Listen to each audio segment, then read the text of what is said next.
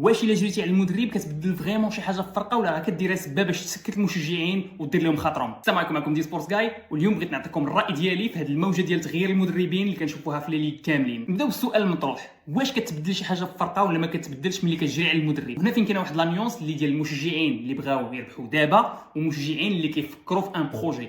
حيتاش ملي كتجيب مثلا مايكل كاريك وكيربح 4 الماتشات متابعين وكيتعادل الماتش الاخر مع ويست هام، الا كان الهدف ديالك هو الريزولطا وانك تربح دابا، بيان سور كو مايكل كاريك مزيان حيتاش طلعك للكاتريام ولا السانكيام بلاص وكلشي فرحان، المشجعين فرحانين. ولكن خصك تسول راسك، واش مايكل كاريك كتشوفوا من دابا 4 5 سنين غادي يبني لك واحد لو بروجي، والفرقه اللي غادي يشدها من دابا 4 5 سنين باقا غتربح، ولا غيديروا ليه داكشي اللي داروا اموريم وتين هاغ وفانيستيروي، وان فوا غادي يبدا يخسر غيجروا عليه حتى هو وغينساو لو بروجي؟ وهنا فين كتشوف مثلا توتنهام ولا نوتنغهام فورست اللي ديجا مبدلين 2 ولا 3 المدربين في هذا العام، المدربين اللي مجرين عليهم ديجا عندهم ان سوكسي. مثلا في سيلتيك بالنسبه لأونج وبالنسبه لنوتنغهام فورست اللي بجوجهم جراو عليه. واش المشكل في أونج؟ واش ما كيعرفش يدرب؟ لا، ما يمكنش تسني معاه وانت باغي يربح غير 10 الماتشات ولا هذا، كتسني معاه بوغ ان بروجي. وهنا فين كيجي الدور ديال من ديال البريزيدون ديال السي او ديال المكتب. حيت ملي كتبدل المدرب الاول والمدرب الثاني والمدرب الثالث في نفس العام، هما المدربين كاملين تبدلوا، شكون ما تبدلش؟ يعني شكون اللي فيه المشكل؟ ملي بدلتي المشكل